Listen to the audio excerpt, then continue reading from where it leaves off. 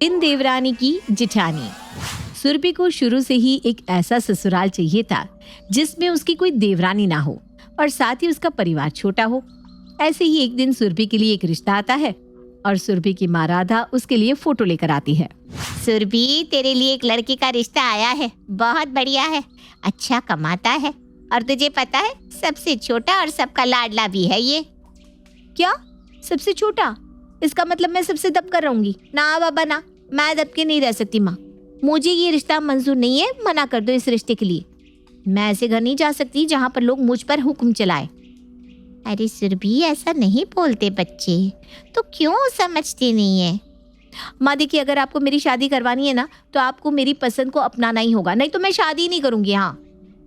सुरभि की बात सुनकर राधा का मुंह बन जाता है और अब वो सुरभि के लिए ऐसा ही घर ढूंढ रही थी जहाँ लड़का इकलौता हो और किस्मत से उसको ऐसा घर मिल भी जाता है।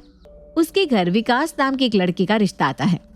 विकास अमीर के साथ इकलौता भी था। ये सुनते ही सुरभि हाँ बोल देती है और बहुत जल्द उसकी शादी विकास से हो जाती है। शादी के बाद सुरभि काफी खुश थी, पर कौन जानता था कि उसकी ये खुशी ज्यादा समय तक टिकने वाली नहीं थी। एक दिन सुरभि अपने घर में काम कर रही थी, तभी उसकी सास जानकी उसको आवाज लगाती है। बहू, बहू कहाँ है? जरा पैर तो दबा दे, पैरों में बहुत दर्द हो रहा है। जी माँ जी, अभी आती हूँ। अपनी सास की आवाज सुनकर सुरभि तुरंत अपनी सास के पास जाती है और पैर दबाने लगती है, पर तभी उसकी सास कहती है, अरे बहू, सर में भी काफी दर्द हो रहा है, अगर तू एक कप चाय बनाकर ले आएगी तो थोड़ा आराम मिल जाएगा। हाँ हाँ माँ जी, मैं अभी आपके लिए चाय बना कर लाती हूँ। वैसे भी मैं तो बनी गई हूँ इस घर की नौकरानी, पता नहीं लोग शादी ही क्यों करते हैं। ए बहू, अब खड़ी खड़ी क्या सोचने लगी? जा, नहीं तो तेरी इकलौती सास का सर फट जाएगा। जी जी माँ जी, जा रही हूँ। सुरभि मुंह बनाकर वहां से अपनी सास के लिए चाय बनाने के लिए चली जाती है। वो चाय बना रही थी, तभी उसके दरवाजे पर किसी की दस्तक होती है। सुरभि अपनी चाय को गैस पर ही छोड़कर दरवाजा खोलती है तो दरवाजे पर विकास था। विकास जी, आज आप इतनी जल्दी घर आ गए? हाँ, आज बहुत थकान हो रही थी, इसलिए सोचा क्यों ना घर चला जाऊं और तुम्हारे हाथों की चाय पी लूं। तुम्हारे हाथों की चाय में जादू है, जादू।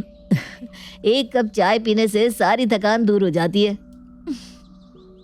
अरे जब मैं ही इतनी बढ़िया हूँ तो मेरी चाय अच्छी नहीं होगी क्या?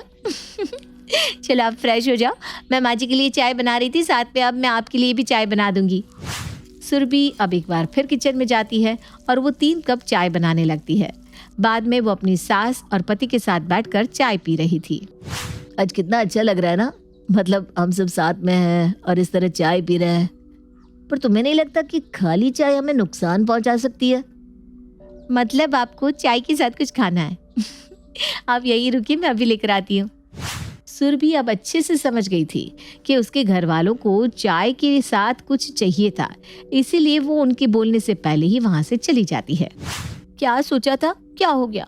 सोचा था अकेली घर में रहूंगी, सबकी लाडली होंगी, यहाँ की मालकिन बनकर रहूंगी, लेकिन मालकिन तो दूर, इस घर में तो मैं बस एक नौकरानी बनकर रह गई हूँ। गुस्सा आ रहा है, क्यों मैंने शादी कर ली? इतना काम तो मैंने कभी भी अपने मायके में भी नहीं किया। बेचारी सुरभि मालकिन बनना चाहती थी, घर की इकलौती बहू बनना चाहती थी। वो इकलौती बहू तो बन जाती है, पर उसको अपने घर में जरा भी आराम नहीं मिलता। ऐसे ही अब समय गुजरता है और गुजरते समय के साथ सुरभि घर के काम करते करते इरिटेट हो जाती है। एक दिन सुरभि मार्केट जाती है, जहाँ उसको उसकी सहेली नैना दिख जाती है।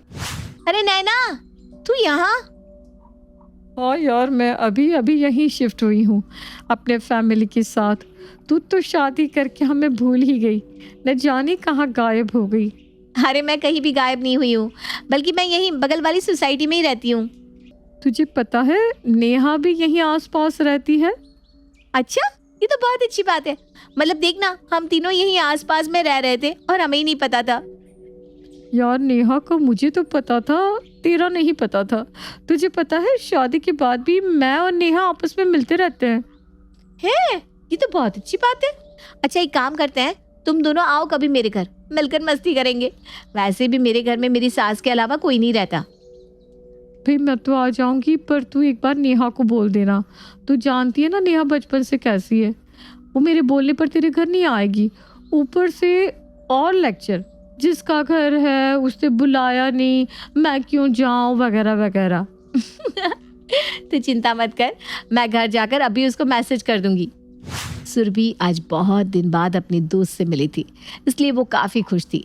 सुरभि अब रात को ये खुशी अपने पति से भी बांटती है। अरे वाह, ये तो बहुत अच्छी बात है। इतने दिन बाद ही सही, आखिरकार तुम भी अपनी सहेलियों से मिल लोगी। हाँ विकास, मैं सच में बहुत खुश हूँ। मैंने उन्हें अपने घर भी बुला लिया है, वो आएंगी तो मेरा मन भी लगा रहेगा। अरे ये तो और अच्छी बात है। अच्छा सुरभि, रात बहुत ज़्यादा हो गई है, इसलिए तुम सो जाओ। मुझे भी ऑफिस का थोड़ा काम है, बस वो निपटा कर मैं भी सो जाता हूँ। विकास की बात सुनकर सुरभि सो जाती है और अगले दिन वो अपनी दोस्तों के आने की तैयारियां करने लगती है। कुछ देर बाद सुरभि की सहेलियां उसके घर आती है। अरे तुम लोग आ गए, आओ बैठो, मैं तुम दोनों के लिए पानी लेकर आती हूँ। अरे पानी तो पीते रहेंगे, पर तू इधर से उधर क्यों भाग रही है? हम तेरा घर देखने थोड़ी ना आए हैं, हम तो तुझसे मिलने आए हैं पुत्तू। हाँ बस आ रही हूँ, वो माँ जी को दवाई दे दो, उनकी दवाइयों का टाइम हो गया है ना।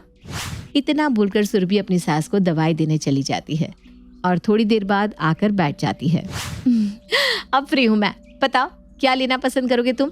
नहीं नहीं, हमें कुछ नहीं चाहिए माता, हम यहाँ तुझसे मिलने आए हैं।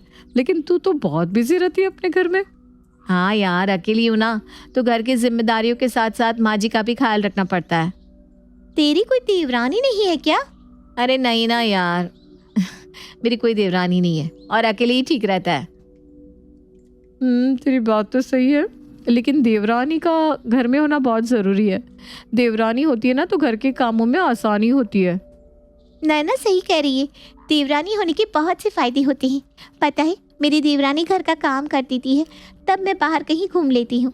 अब जैसे तेरे घर आई हूँ तो मेरी देवरानी मेरे घर का और मेरी सास का ख्याल रख रही होंगी। वैसे सुरभि, तू सच सच बताना, तू अकेले बोर नहीं होती क्या? हाँ नहीं तो, मुझे तो शुरू से ही ऐसा परिवार चाहिए था जहाँ लोग ज्यादा ना हो। कोई बात नहीं, वैसे अब तो तुझे आदत भी हो गई होगी ना। सुरभि नैना और नेहा की बात काटकर मस्ती में लग जाती है और कुछ घंटों बाद नेहा और नैना चली जाती हैं। वो दोनों वहां से चली तो जाती हैं, लेकिन उन दोनों की बात सुरभि के दिमाग में घूमने लगती है और वो इसी बात से परेशान भी रहने लगती है। समय गुजरता है और गुजरते समय के साथ अकेलेपन की वजह से सुरभि चिड़चिड़ी रहने लगती है। कोई भी उसको कुछ भी कहता तो सुरभि उसका उल्टा जवाब देती। उसका ऐसा बर्ताव देख उसकी सास उसकी माँ को फोन करती है और सारी बात बताती है, जिसके बाद राधा अपनी बेटी से मिलने के लिए उसके घर आती है। अरे समधन जी, आइए आइए, कैसी हैं आप? मैं तो एकदम अच्छी हूँ समधन जी, आप बताइए कैसी हैं? मैं भी बहुत अच्छी हूँ, पर अगर कोई परेशान है तो वो आपकी बेटी है। उससे कितनी बार पूछा कि बहू क्या हो गया, क्यों परेशान है तू, पर नहीं, मजाल है कि सीधे मुंह बात कर ले। कोई बात नहीं, अब मैं आ गई हूँ ना, मैं देखती हूँ इसको। कहाँ है वो? अरे होगी अपने कमरे में, चलिए मैं आपको उसके कमरे तक छोड़ दूँ। जानकी अब राधा को सुरभि के कमरे में छोड़ देती है और अपनी माँ को अपने घर में देख सुरभि के चेहरे पर आ जाती है लालिमा। वो सीधा अपनी माँ के गले लग जाती है। क्या हुआ मेरी बच्ची, कोई परेशानी है क्या? नहीं माँ, बस मुझे यहाँ अच्छा नहीं लग रहा, आपकी बहुत याद आती थी और वो बात भी याद आती थी जब आप बड़े फैमिली वाले रिश्ते लेकर आती थी। अरे क्या हुआ बच्चा, कुछ तो बता। राधा के बार बार पूछने पर सुरभि उसको सारी बात बता देती है। माँ, मैं यहाँ बोर हो जाती हूँ और थक भी जाती हूँ क्योंकि घर की सारी जिम्मेदारियाँ मुझ पर है। काश मैं भी बड़े फैमिली में शादी करती। देख बेटा, बात ये नहीं कि तू बड़े घर गई है या छोटे घर, बात ये है कि तू कितनी खुश है। तुझे कभी किसी चीज की दिक्कत हुई या कभी लड़ाई झगड़ा हुआ है क्या? नहीं माँ। तो बस इस बात से खुश रहे, क्योंकि जो लोग कहते हैं ना कि देवरानी का होना ज़रूरी है, काम करवाती है, ये वो, तो मेरी बात कान खोल कर सुन। वहाँ भले ही मिल बांट कर काम होते हो, लेकिन काम के पीछे अक्सर लड़ाई झगड़े होते हैं। परिवार बड़ा हो या छोटा, वहाँ एकता और सुकून होना चाहिए। अगर तुझे कभी भी कोई भी परेशानी आती है तो तेरी सहेलियाँ तुझे नहीं देखेंगी, बल्कि तेरा परिवार तुझे दिखेगा। माँ सही कह रही हैं आप, शायद मैं ही उनकी बातों में आकर अच्छा बर्ताव नहीं कर रही थी, पर अब मैं बहुत अच्छे से रहूँगी माँ। सुरभि की बात सुनकर राधा के चेहरे पर एक मुस्कान आ जाती है और वो अपनी बेटी के साथ अपने समधन के पास जाती है। देर से ही सही, पर सुरभि को अब समझ में आ जाता है कि हमें अपने परिवार को दूसरों के परिवार से न तो कंपेयर करना चाहिए और न किसी की बात में आकर अपने परिवार के साथ बदसलूकी करनी चाहिए। राधा के समझाने के बाद अब सुरभि एक अच्छी बहू और एक जिम्मेदार पत्नी का फर्ज निभाने लगती है।